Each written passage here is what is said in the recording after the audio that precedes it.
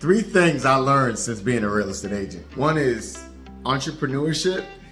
Yeah, that is a big win.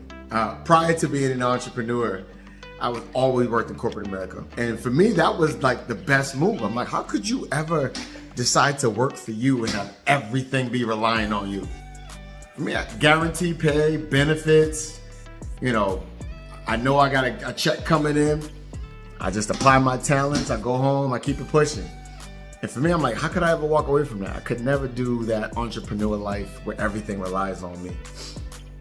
And when I went to get licensed, the whole purpose behind that was I was being rejected.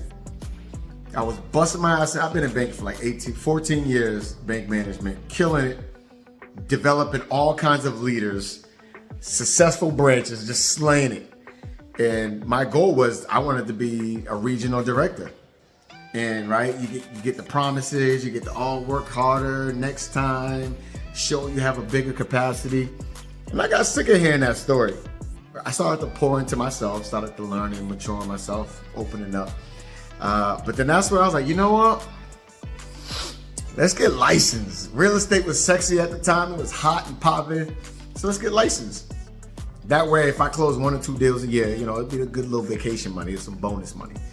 And when I got into real estate, damn, that's when I fell in love. I fell in love with realizing how engagingly passionate I became to real estate and what I knew I could impact.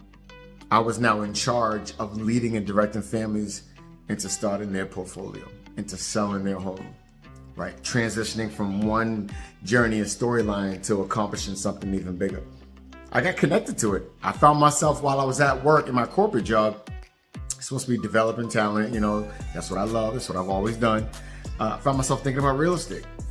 During work, planning, organizing, coordinating for real estate. And that passion was growing and I was getting concerned like, oh no, I'm not digging banking like I used to. It's changing. And I got a little concerned because I'm like, why am I not pouring into what I love to do and what I come in here fired up every day for? I trusted the process. I said, you know what?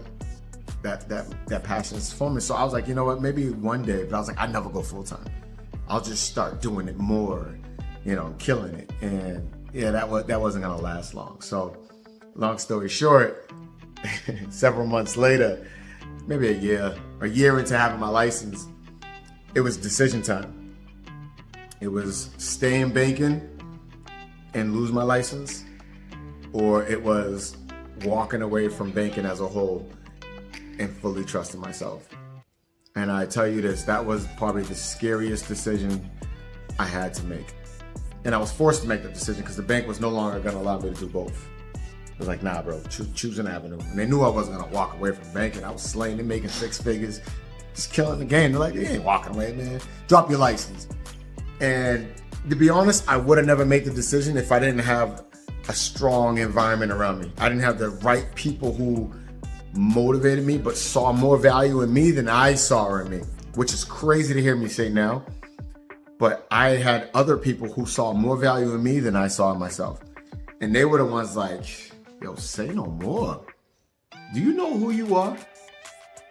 Do you know who you are and what you're capable of? I bet on you all day. I was like, damn, wow, right? So then now these emotions are hitting. I'm thinking I got kids, I have a house, I have a comfy lifestyle that is gonna cost some money. You're gonna walk away from a guaranteed check every 2 weeks and benefits to trust you to do something full time? And made the decision. Went full time. Man, the next 3 days was the most emotionally draining 3 days because I was so excited, like, oh my God, like to know I'm doing something on me where I control my time, which I felt like I did before running the bank, but it's really on me now. And then I'm like, oh shit, it's really on me now. Everything is really on me now.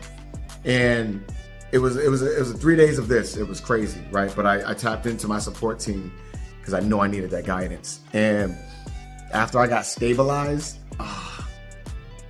it was like, because I knew what was at stake, I showed up the same way I showed up for that company not the same company, but same way I showed up in corporate America, right, in banking specifically for 14 years, the same way I was gonna show up for me every day. If I can commit myself every day, 6 days a week, showing up on time, leading community events, staying late, all of that for another person to build their empire, I damn sure will commit myself nothing less, if not more. So when I went full time, I said, yeah, I have a clock in time, I have hours, I'll get a lunch, and there's a clock out hours. In between that, there's no hanging out, there ain't no free time. This is not Jeremy do what he want, no. Jeremy's gonna create a very strict schedule that is gonna impact where he's trying to go. I showed up for them, I'm showing up for me. Simple as that, non-negotiable. And that helped set the foundation for what I started to build. And there's so much more in and about that journey, but I'm excited about where I am. And I could have never imagined I would have accomplished things at this high of a level this quick.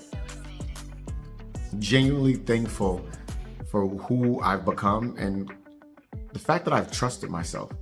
The fact that I trusted me, I trusted the Heavenly Father knowing He's got my back. He's never, ever left me. How the hell do I not trust Him now? And then trust me, who He created. Once I really got emotionally locked into that, where I'm at now is the old me couldn't survive. And the structure and the mindset and the discipline of who I am today. The old me would have no chance to sustain where and what I have and what I will have. And for that, I'm extremely grateful and appreciative, and I'm gonna continue to protect this. I'm excited. I challenge all of you all. Start trusting yourself. And if you don't trust yourself, get to know yourself, and then start giving yourself a reason to trust yourself. When you set expectations, when you set goals and things that you're gonna commit to, keep it. Because yourself is paying attention to what you keep and what you don't keep. And the more things you don't keep your word on, the more you don't trust yourself. Which creates lack of action, lack of execution. Let's go. Let's be great on purpose. Elevate to elite always. Let's go. The king is here, baby.